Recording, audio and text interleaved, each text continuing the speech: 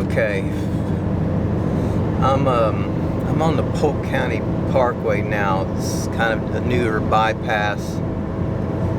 It's kind of a limited access right-of-way bypass south of Lakeland in Florida, in Polk County, Florida.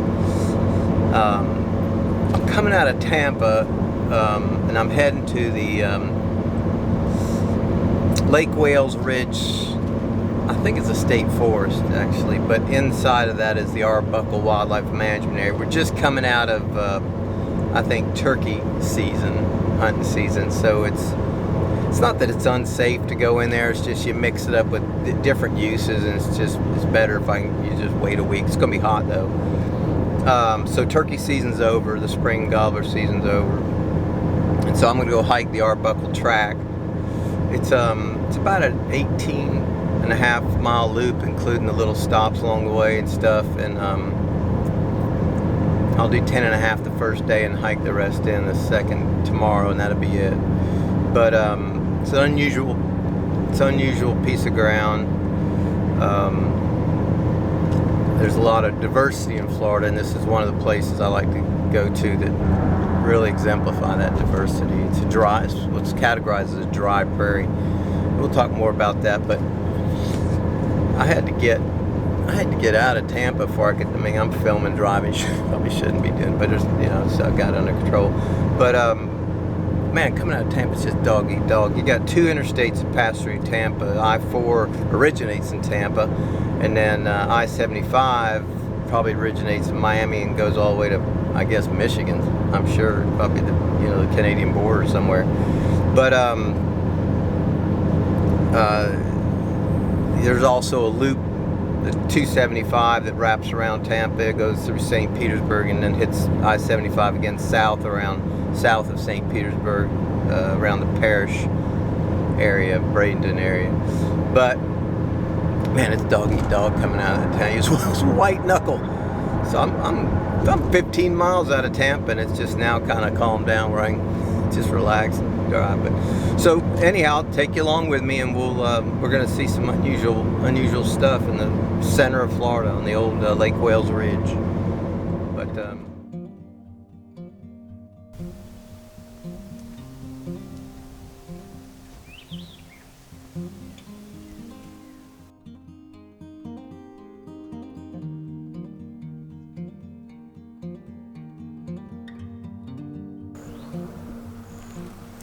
all right, I'm off and running. I'm inside the Lake Wales Ridge State Forest, just outside the town of Frostproof, Florida. In particular, I'm on the Arbuckle Tract.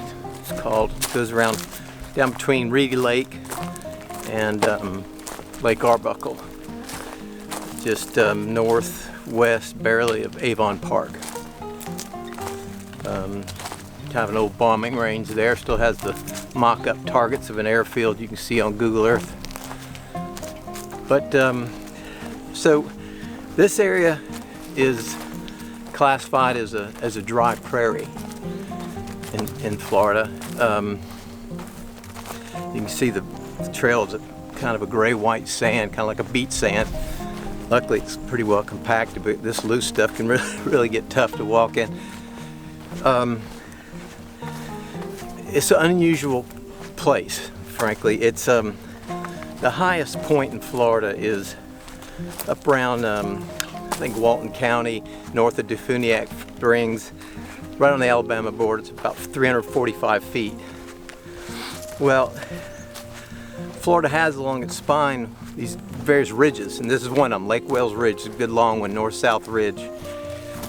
And just north of here is the town of Lake Wales, where the Bach Tower was built 100 years ago, and it's about 325 feet above sea level. And as you get farther north around Marion and Alachua counties, you start getting to some more kind of hardwoods, and the terrain drops. Then it drops a couple hundred feet. So 300 feet doesn't sound like a lot for most folks, but in Florida, it's 300 feet higher than almost anything else. So when you're driving through these old towns, Bartow and Connersville and stuff, you'll drive by places called, you know, Highlands Auto Electric and Ridge Hardware. The old places, they just seem to be more aware of their topography, I guess, back then. But it's because we're on a high ridge. And this area in particular is what they call dry prairie. It's typically very dry. It's a thin layer of sand covering up some hard pan. Right now I'm just in a bunch of palmetto and gallberries because I'm kind of following a little piece of Reedy Creek. It's not the Reedy Creek up in the Osceola, Orange County here, but a little piece of Reedy Creek coming out of Reedy Lake. In fact, this one heads to the east towards St. John's. But the thing about it is, it's a couple hundred feet higher than anything between here and that north point on the Alabama border. So since Florida was at one time completely submerged by the ocean, this was probably an island for a good long time. Just a big sandy, look at this white sand I'm in now. It's kind of tough to walk in. Looks like beach sand because it probably is. So there's certain plant species that are found in this area that aren't found anywhere else. There's a couple I'm gonna look for: the Florida gay feather, the scrub plum, stuff like that. This is where you find them. Right now I'm going through kind of a palmetto pine, but pretty soon you're gonna see the open prairie. This latitude, if you go around the world, you're in the Chihuahua Desert in Mexico, in Western North America, but Chihuahua Desert. If you go around to Asia and the Middle East, you're in Riyadh, Saudi Arabia, and part of the Sinai Peninsula of Egypt. You're in the middle of the Sahara Desert. So if it weren't for having the Gulf of Mexico or the Atlantic Ocean, anywhere in the state of Florida, anywhere you're in the state of Florida, you're within about 70 miles of marine waters. The Gulf of Mexico kind of wraps counterclockwise around the peninsula of Florida and just keeps it kind of moderate here. Otherwise this would likely be desert. So it's got some desert characteristics. This dry prairie area, now remember we're following the creek, so it's going to stay a little wetter. It didn't require a lot of clearing because it's a thin layer of sand over like a hard pan, kind of a hard pan clay, kind of an iron looking red, real hard packed soil just a few feet down. So orange groves love it, developers love it, and it doesn't take a lot of clearing. It doesn't support a lot of tree growth. And you'll see in a little while we'll get away from this creek and we'll see just thousands of acres of grass, sedges and blue stem, made for pasture, just ready-made for pasture.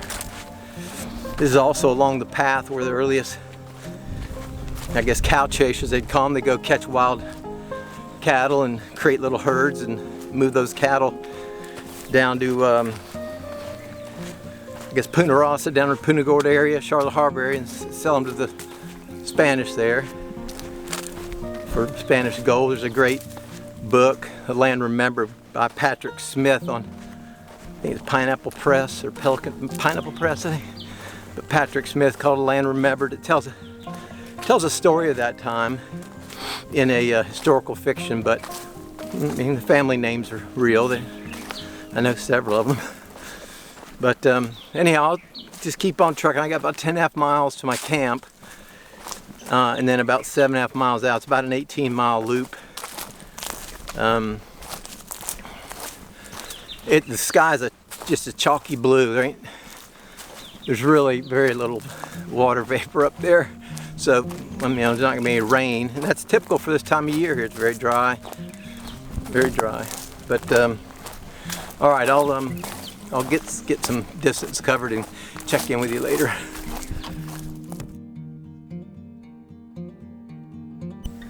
This is something to point out. It's not particularly rare, but it's not as common as it used to be. And it's these large longleaf pines that when they get the old growth, the original pine, and they get topped off about 100, maybe 120 feet, 110 feet, they tend to flatten out. They form like a little crown at the top. So you can see the old, I don't know, they might be 150 years old, 120 years old. They live a good long time, but they tend to form that little flat crown at the very tippy top of them. It's you can see all the kind of the loblolly and slash pine around them. They'll never get that high, but that's part of the original flora. All right, here we go. This is the base of that. This is the base of that tree we were looking at earlier. Pretty good size. I think it's not big by Augusta, Georgia standards, but it's as big as you can get and survive 100 years of hurricanes. So you're gonna have to bend a little. So that's pretty cool. You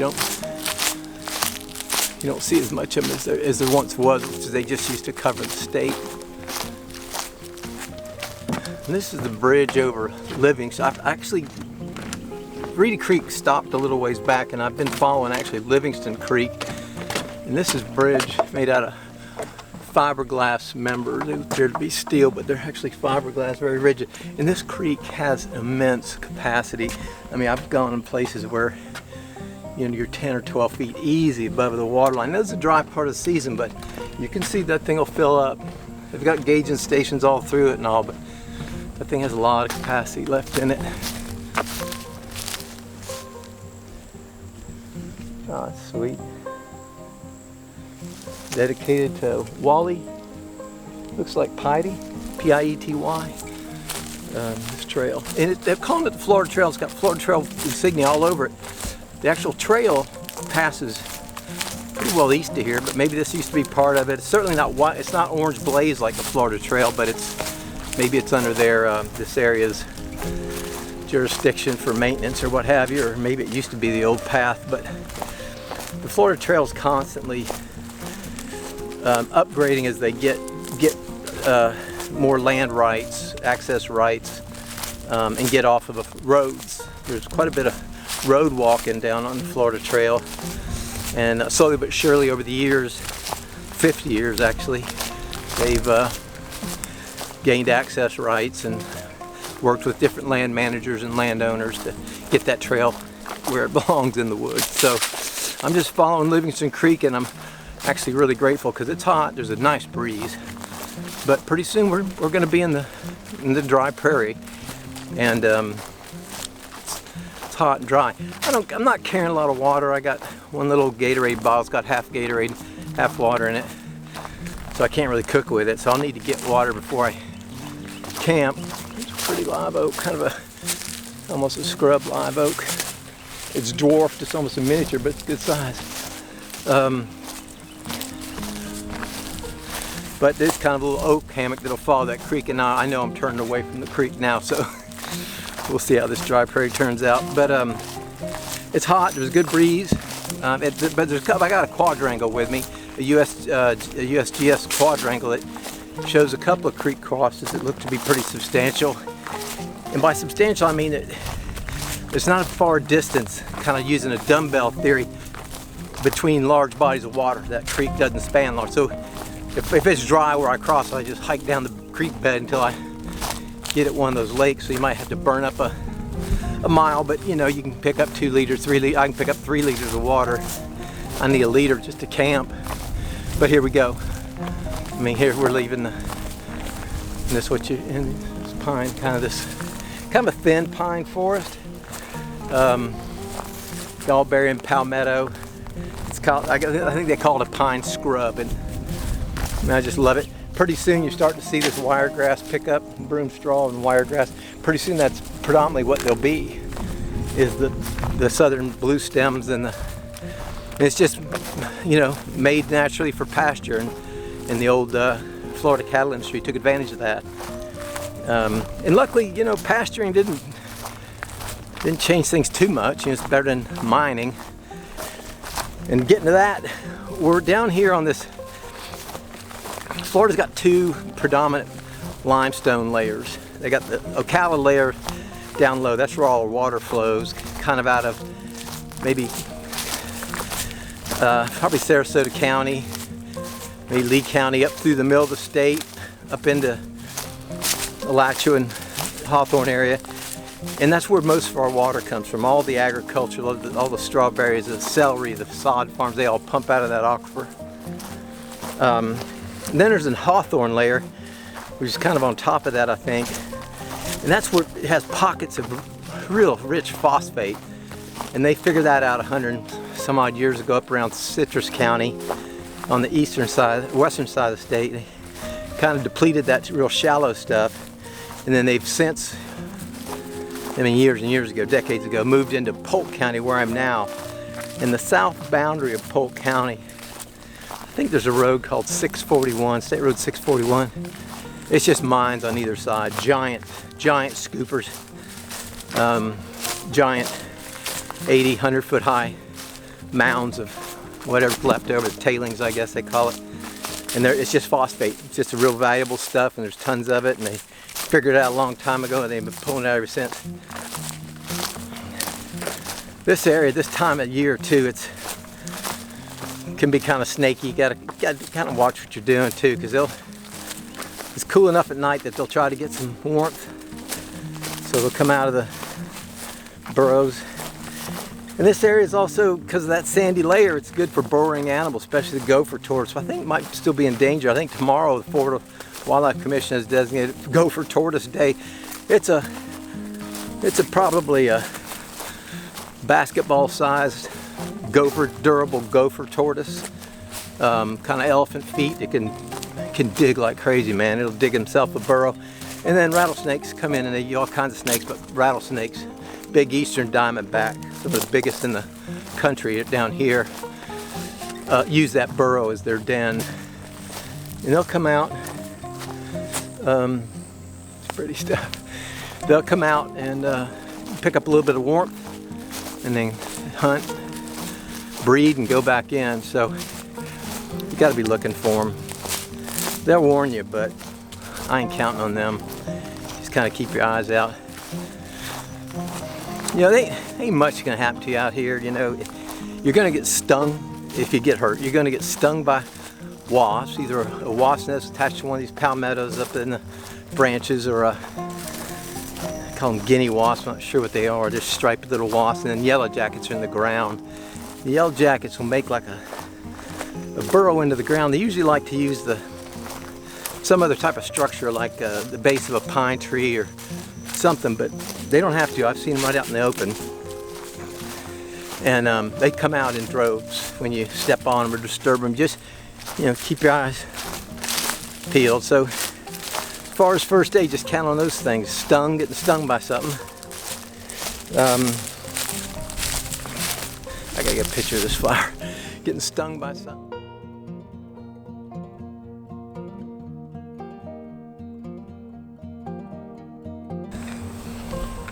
So now, getting a little bit away from that creek, and you start picking up the little yellow bachelor buttons, real bright yellow little pods, and this wiregrass here. So you're getting out into that what they call dry prairie. We'll leave these pines in a little while, and that's where I'll really start looking at that pygmy fringe tree. Might be flowering. The scrub plum, I think, will be. And sometimes that's the only way you identify these things. I mean, just right now it's just a big whirl of green, but when certain species flower, you know, they stand out. And it's pretty right here. Look at this. Some pretty stuff. There's a lot of pretty stuff. I mean, there's definitely seasons in Florida. There's definitely flowering seasons, but there's also seasons. You can watch the colors and the things change. A lot of butterflies, a lot of bees, and I just think it's real pretty.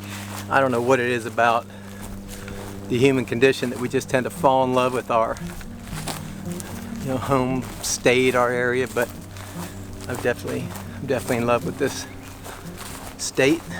So I certainly notice the differences, and I think anybody that would pay attention would, and I appreciate them very much. But it's just me. This all looks real flat, but it's not. I mean, it's got kind of a dome to it. We are on a ridge. You don't have to go very far from here to get into the single digits of elevation. So water doesn't stay here long. It's got a little confining layer, kind of shallow. In fact, just north here's a lake that the Indians named Walk in the Water, because you get these perched up little shallow lakes, and it's a big lake, but apparently it stays very, very shallow because of that confining clay or hard pan layer just beneath the surface. But that horizontal flow off of that hard pan will get send the moisture into the more mesic, I guess, areas that hold water a little more. And you can see we're kind of surrounded by it. You can see the pine on those edges. So we're in a little bit of a dry dome right here, and then it's going to get bigger and bigger. So I'll check in with you later.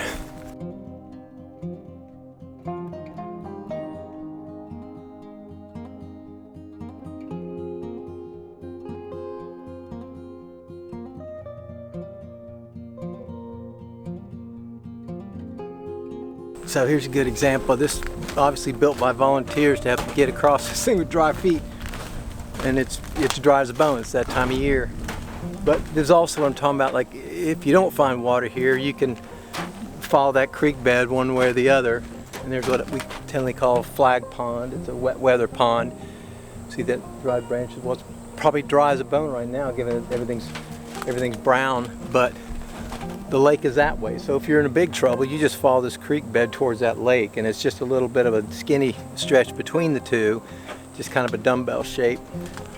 But yeah, this area here's dry as a bone. There's a more pronounced crossing I'll be coming to that I don't like carrying water a long way. Water's heavy, and I like to grab a liter or two just as I'm heading towards camp, and that's what I'll be doing. There's a pretty good sized creek, and then if all else fails, that my camp is about maybe a half a mile from Arbuckle Lake. Here's those backsword buttons, a little yellow, pretty. So if all else fails, I'll get the camp, set it up, and then hoof it over to the Arbuckle Lake and get as much water as I want. So I don't like carrying a lot of it, I just carry what I need, and nothing more if I can help it. All right, well, I'll tell you what's been happening. I got a nice breeze, which is really saving me, but from the heat. But I'm getting some yellow fly activity, and they say here that if the yellow flies bite, the blueberries are ripe, and I'll probably see some blueberries. They don't look any different, maybe a little bit smaller, but they don't look any different from the blueberries you find in the store. They like to get up under the edge of these palmettos along this prairie area, and I guess they get a little bit of a broken sun from that. But I'll probably see some. I've seen them before. They're not that uncommon. And there's a bunch of different berries that grow in there, elderberries and different things. So we'll see if we find some. All right, I'll check in with you later.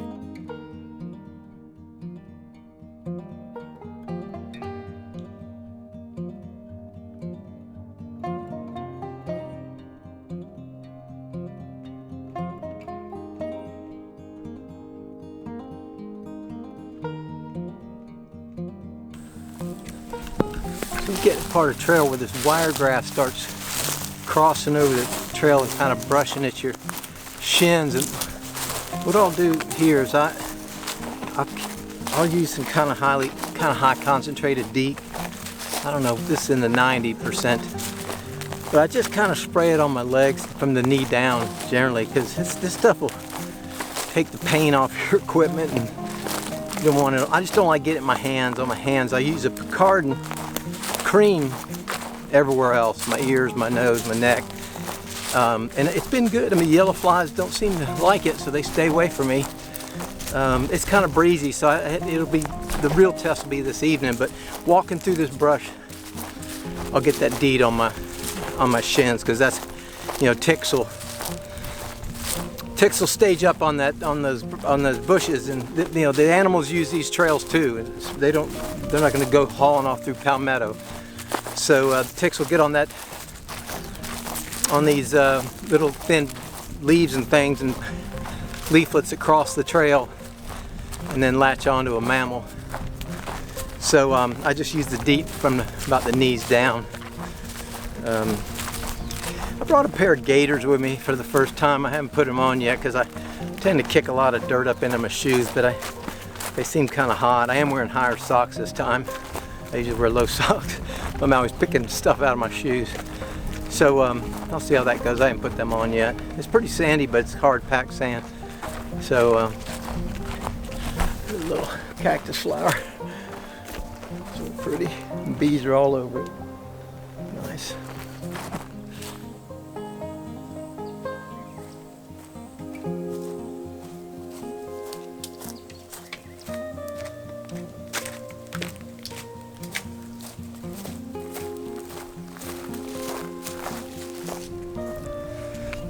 This is kind of an interesting thing here. That this road I'm on apparently acted as a fire break at one time, and prescribed burns go on in here all the time.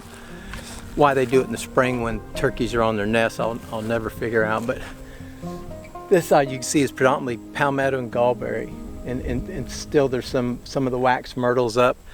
Where this road acted as a fire break, and there's probably a lightning fire on this side.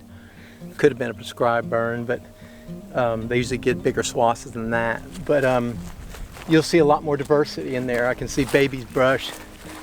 I see some broom straw, and it was the Native Americans that originally started the burning in here. They burn little patches of ground to create more diversity, so they get the berries and maybe run the wildlife out to hunt. But you know, once these gallberries and wax myrtles set in, it kind of chokes out everything underneath it. Not only that, it's just more fuel for a more devastating fire, you know, a fire that might kill that pine tree. Whereas this lower stuff, it'll burn and kind of smolder, but it doesn't get so hot that it'll kill those pine trees. In fact, the pine trees need it to release their cones, to open their cones up and seed, propagate. So it's pretty stark difference across the road. There's even a scrub oak here, a little scrub live oak right here. Well, the volunteers couldn't have made it easier on me with this post. But a while back I was tooling down this trail and coming down through here, just not paying attention, skipped the junction and just kept on going. And really a good ways till the trail really started petering out. I just tacked on probably a mile, maybe even a little more, and just by missing this turn and not looking for my next blaze, which is right here. So there's all kinds of trails out in these woods, and just it's easy to kind of daydream off. You know, I'm happy to be out here. I got just joy all in me. So you still got to pay attention though. So that was a sandy trail too. That kind of hurt.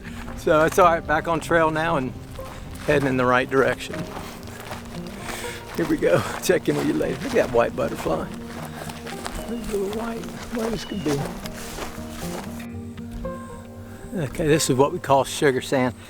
It makes for rough going.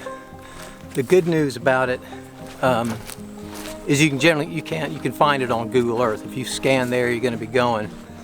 You'll see this big white patch, and it'll slow you down. It's that patch back there I see sink in 2-3 inches. Then you'll get a little vegetation, it'll ease up some, but I see there's another one coming ahead. And it's just slow going, but see that real white, bright white, just know what you're in for. It'll slow you down. All right, check it out. All right, I've been at it for a little over 2 hours now. Unfortunately, I've only got a little over 4 miles in because that little sidetrack I took, man, I went off. I was making good time in the wrong direction. But what I'll do is I'll eat lunch, but I'll look for a spot that's comfortable, but also a spot that maybe has some sort of feature to it, like a kink in the road, a sharp kink in the road, sharp change in direction, or a creek crossing or a road crossing, because then I can sit down for a good long while with my quadrangle map and get a fix on my position. There's been a lot of this sugar sand. It slows you down. But yeah, so I'll go another hour if I got to, but to find those type of features, it's worth it.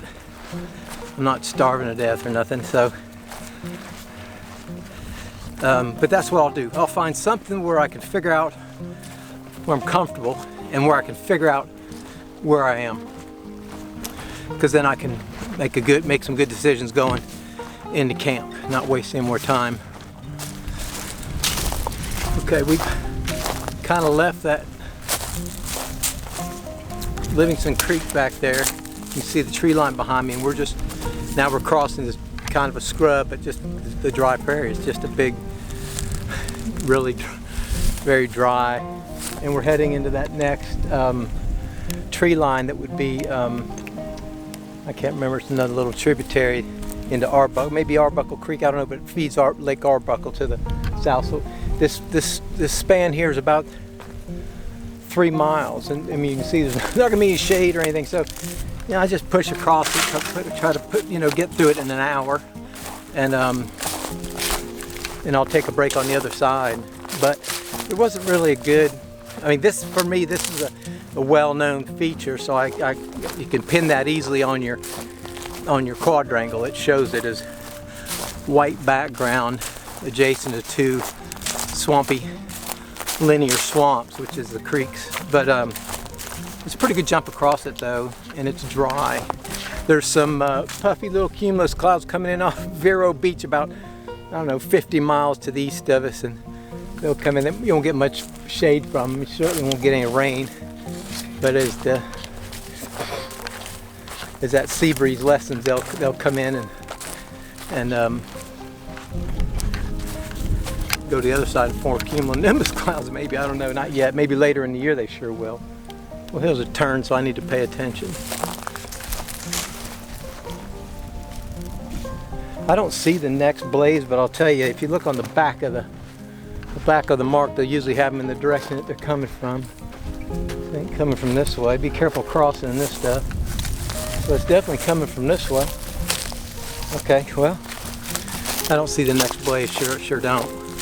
But there's not a lot of places to mark them. I've seen them on, you know, rocks and stumps and everything else. But you can see whatever they might have marked it on is probably gone. So, oops.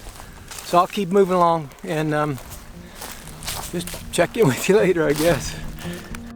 Okay, well, that was a trek. That was probably almost 2.5 miles of no shade. Was the first piece of shade I've had.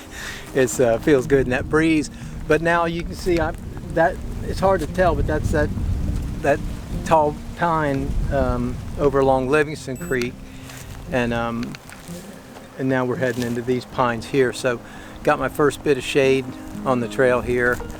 I'm just kind of soaking up this breeze for a second. That was a push getting across there. It's kind of sugar sand, and it's probably in the high 80s today, but that breeze is a real lifesaver, especially in the shade. So I can see the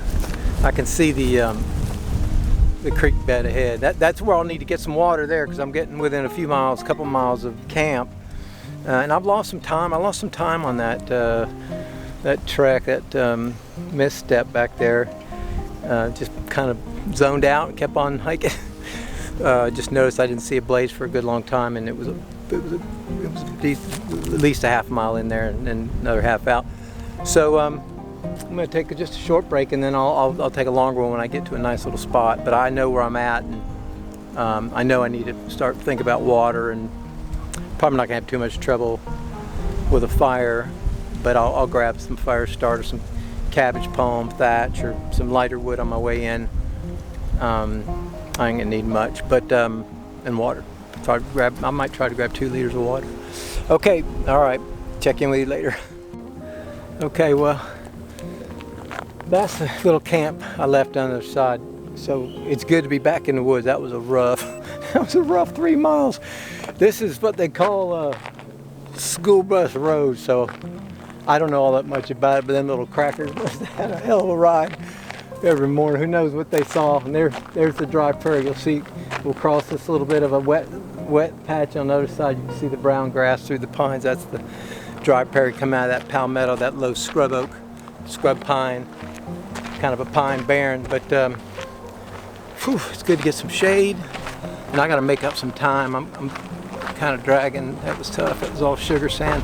This is nice hard packed, and so back on the east side of that scrub there, heading south. Got a ditch. Looks like it's got some water in it. It might have some water in it. I don't need it yet, but there's definitely some kind of broad lilies there. Let's see if it's holding anything. Ooh, that's not good. Yeah, but that's probably what I'll be drinking. I'll find the clearest stuff I can find, but at least there's water. I mean, look at that little pothole right there. I've drank worse. I've got a little Ketadine bee-free filter that does an amazing job. And then I got the matched bag. It's new. It's a bag that fits the filter head, but it's 2 liters, which is nice. And it's not clear. It's darkened, which I don't know why I like that. I just like it. I don't know why. Actually, I'm glad it wasn't clear. It's kind of a smoky brown-gray color. But anyhow, so I'm gonna be trucking on school bus road. I'd love to see that school bus run through here. That'd be hilarious. Some little crackers. All right, I guess this is where I should explain my use of the term cracker. Certainly not derogatory. It's what they are. It's derived from the term used for their ancestors. It's derived from the term used for their ancestors that used to be called cow hunters and cow chasers. And what those folks would do to ink out a living, they would go off into the woods and hunt the remnants of the Spanish cattle left here by the Spaniards. And they're a low, real durable, spotted, kind of a longhorn looking breed. And I think they even call them cracker cows. But those people were called crackers because they'd be seen going down the road, going through the old towns like Fellsmere and June Park, Cocoa, with their whips, cracking behind them cow whips, cracking behind them the cattle, moving them south down the Kissimmee Valley, across this area to what's now Charlotte Harbor area, between the Peace River and I think Caloosahatchee. And that's what they did. They crossed this area, cracking them whips behind them cows. Later on, they incorporated the Brahma, which was a very durable cow from India, but the bulls were aggressive. That's when they started this rodeo in Kissimmee, riding those Brahma bulls. They didn't like being ridden. They were a tough breed and mean. They weren't docile, well domesticated. They were domesticated. They just weren't as mean. So the Brahma bull would put up a fight if you tried to ride him. There's not many sports that only last 8 seconds, but if you're riding a bull, it seems like a long time. But that's where cracker comes from, and we're right in the middle of cracker country. See, Florida's cattle industry is a calf crop. They raise very high quality calves to be sold to the feedlots out west. There's also quite a few breeders that specialize in very well refined bulls and replacement type heifers to improve cattlemen's herds. They'll bring in those specimen type Angus and polled Herefords, things like that. But anyhow, that's the crackers. That's the cracker store. They are the descendants of crackers. And I don't think it's a bad word at all. All right, check in with you later. Well, this ain't much of a spot, but it's what I'm going to take a break. It's got everything I want. Other than it's not as comfortable as a place, but it's in the shade and it's high and dry. and I got a turn right there that I just walked past to get here. And so I'm leaving a discernible location, this tram road, and I'll be able to pick up where the little stitch line for the trail leaves this tram road. I'll know exactly where I'm at. So I'll pull out the map now and take off my shoes and have a little break, eat lunch, and then that way I can make one big push into camp, maybe a 2-hour push into camp. So it's really beautiful. I mean, it's just what I really love, that's for sure. It's just kind of the open, dry prairie is what they call it. All right, so I got my position, and that's all the water I got. So I'll need to get some water here shortly, but I've got about 3 miles into camp, so that'll probably take me maybe a little over an hour to get there. Plus I gotta get water. So I'll be leaving this tram road. So I got my lunch here. I just got just one tortilla with 2 of those little Duke's sausage links and a piece of cheese, and then one of these honey stingers. I've been getting my menu from a guy on YouTube called Gear Skeptic, and man, he's got it laid out by what you need for. He's got the best description of hiker nutrition I've ever seen. I also follow the Backcountry Foodie. She's a dietitian. She's got some real easy to make, really tasty meals. But the Gear Skeptic, he kind of lays it out by what you need to be hiking to sustain a certain pace for several hours, and it's going to be carbs to proteins on about a 3 to 4 to 1 ratio, a good amount of fat, a good amount of sodium. Really the opposite of what I do day in and day out. On my regular day, it's almost the opposite diet that I'll use. But out here, you burn through it, and you don't get tired, and you don't have cramps and problems. It's what your body will burn right through. It wants fat. It wants to be able to create glycogen and put back in your muscles. So that's what I got. And even the snack mix is his. It's a macadamia nut, dried cherries, and almond M&Ms. About even Steven. I carry about 3 ounces of that a day, and you only need a small handful every time you feel hungry, and that'll do you. So about a half a cup of that during the day is about what you need for snacks. But anyhow, so I'm gonna have my lunch, and then I take my shoes off every time, because that forces you to relax. It forces you to sit still. It's going to take you 15-20 minutes just to take them on and off, and that's what you need right now. So that's what I'm doing. So in a little bit I'll get going and head on into camp. All right, check you later.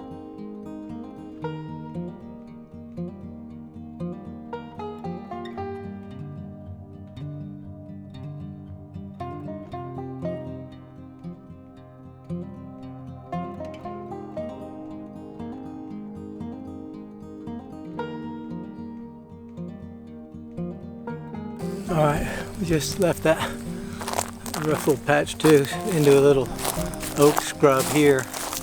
Got some fire damage, but this is you can see they're all damaged actually, but you can see little scrub live oaks and Chapman oaks and things like that grow in here. It's where the scrub jay lives. Ain't too many of those left. So water's getting to be a little more important. I ain't got a drop. I'll be okay. It just depends on how uncomfortable and how inconvenienced I'm going to be.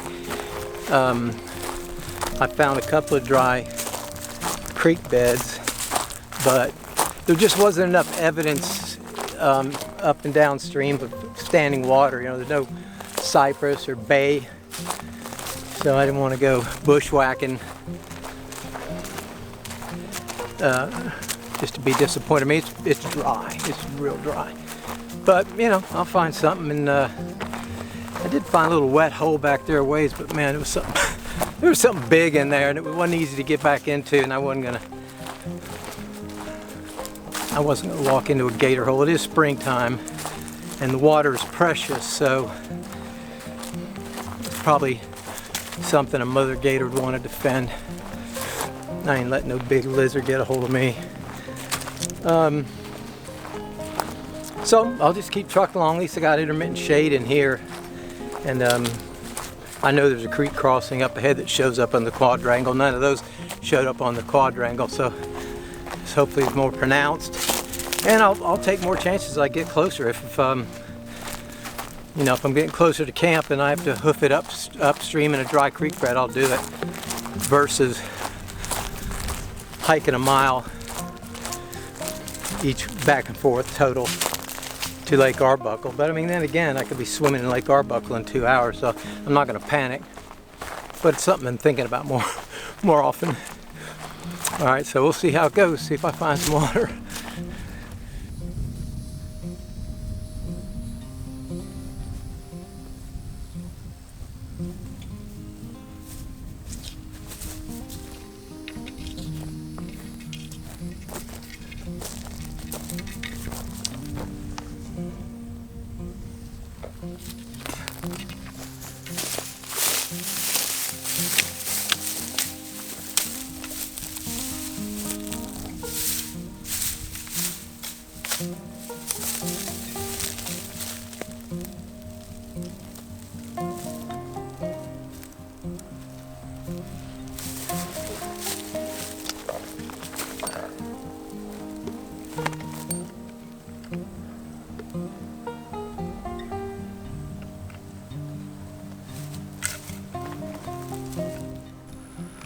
All right. Well, that was pretty rough, actually. Made some mistake with water. There's no water at all. I got to my camp, thought, well, I'll just keep on hiking, get into the Arbuckle. Couldn't get through. I mean, it was just so thick, and all the area that typically would hold some water just held briar, and it was just too thick to go bushwhacking. So I came back out to this farm road, left the park, and hiked, I don't know, probably half a mile down there to some houses, and one of them was under construction, had their well built out front, and I just got like 3-4 liters of water out of their well, filtered 2 of them, and just bulk stored 2 of them on top of my pack. But I don't think I was ever in trouble, but damn sure uncomfortable. That was a long cut across the south side of the Arbuckle Tract. It was just hot, just a big sandy dome cactus and just gallberries and palmetto, no shade. That was pretty rough, but you know, that's what I'm out here for. So I think the lesson learned is that when I cross that great big creek way up north, grab another liter of water and just haul another liter of water. You never know. I mean, I learned my lesson, but because pack weight's never been a problem. Actually, it's just super light, but it's just kind of taking a philosophy a little too far, I think. But I'm all right. Got water. Got about 14 miles in today, and then I got a couple more to get back to camp. So it'll take me probably 35, 40 minutes to get back to camp, but I won't do much when I'm there. I got a little recovery drink I'm going to drink. It's dextrose and isolated protein powder. I'll be looking forward to that. And then I'll just veg out. I don't even know if I'll eat anything, but I'll check in with you later. It's been kind of quiet, but I got water now, so I'll be all right. I'll check in with you later.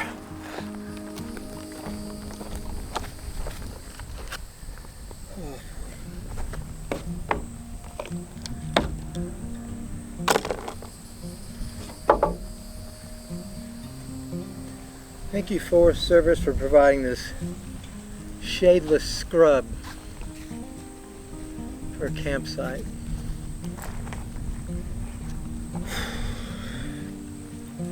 Surprised you didn't burn it through. Well, maybe you did burn it through.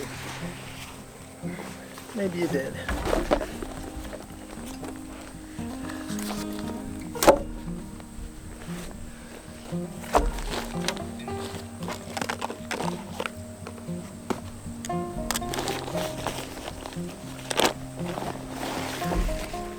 Got 15 minutes until I drink a recovery drink. That's enough time to get my shoes off, relax a little bit, maybe pitch a tent, but the idea is kind of relax and start your recovery as soon as possible. That was about a 14-mile day, and I got too low on water. Started, you know, of course your mouth gums up. You couldn't spit on a gnat. But then the next thing for me is I start feeling my hips get a little sticky, like inside. I start feeling a little gummy. I don't know what that's all about, but it's a sure thing. And then I tend to check the color of my pee, and it'll get a little brown. And you got to slow down. You got to drink, because you just can't get as much water in your. You can't get water in your cells as quickly as you'd like. You could make yourself sick drinking it, but it ain't gonna permeate all the cells and go through your whole body like it needs to. You got to give it time, so you got to just slow down. Yeah, I guess I made some mistakes. I probably should. Well, no doubt I should have carried an extra liter of water, grabbed out of that Livingston Creek. It was flowing like crazy.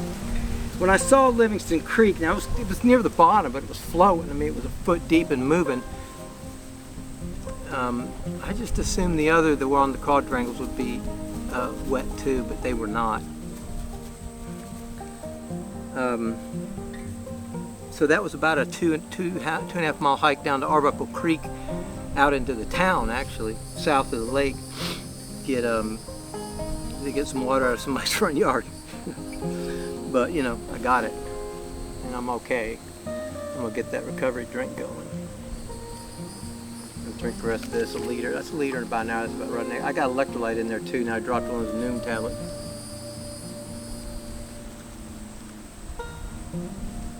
Anyway, that tastes like shit.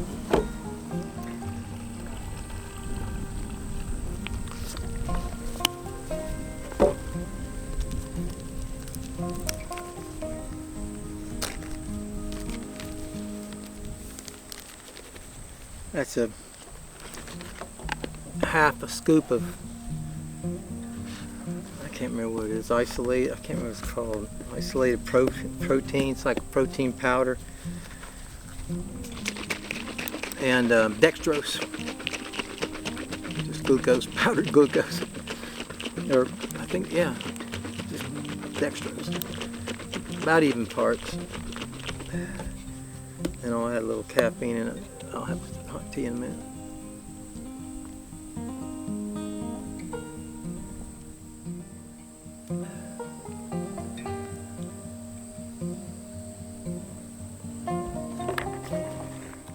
Just, I think 3 or 4 parts carbohydrate, about as, what do we call it, a high glycemic index or low? It goes fast,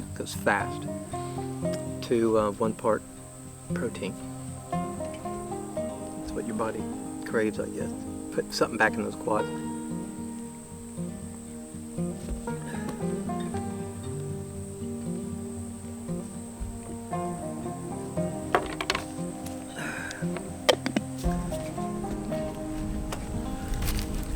I got my tent up. I got all my sleeping stuff in the tent. Got my shoes and socks laid out. Sun, my liner's out, drying. Everything's drying out. And get wet, just get all the sweat out of it. This, I don't know what this brand is. I mean, Hydropack, and I think Hydropack actually makes this bag for the Catadine Be Free. Yeah, Hydropack.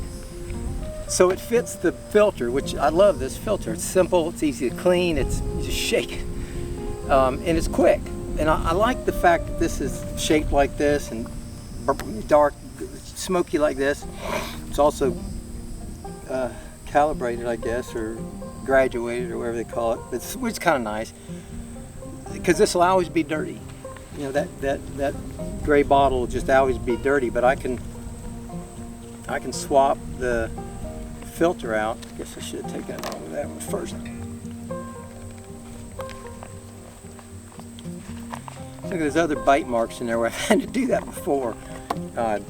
Anyhow, so see, that's a nice little feature. Hydropack. This is a 2-liter version.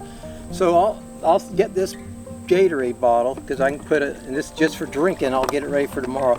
I've only got 7 miles to do tomorrow, and I won't.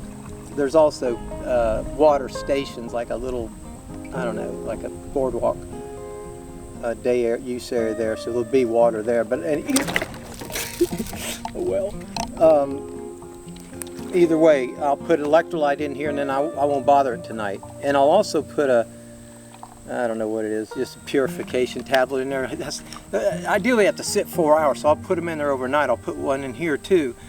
But then this is what I'll cook with, if I don't spill it all. So I'll just make me some tea now and kind of let that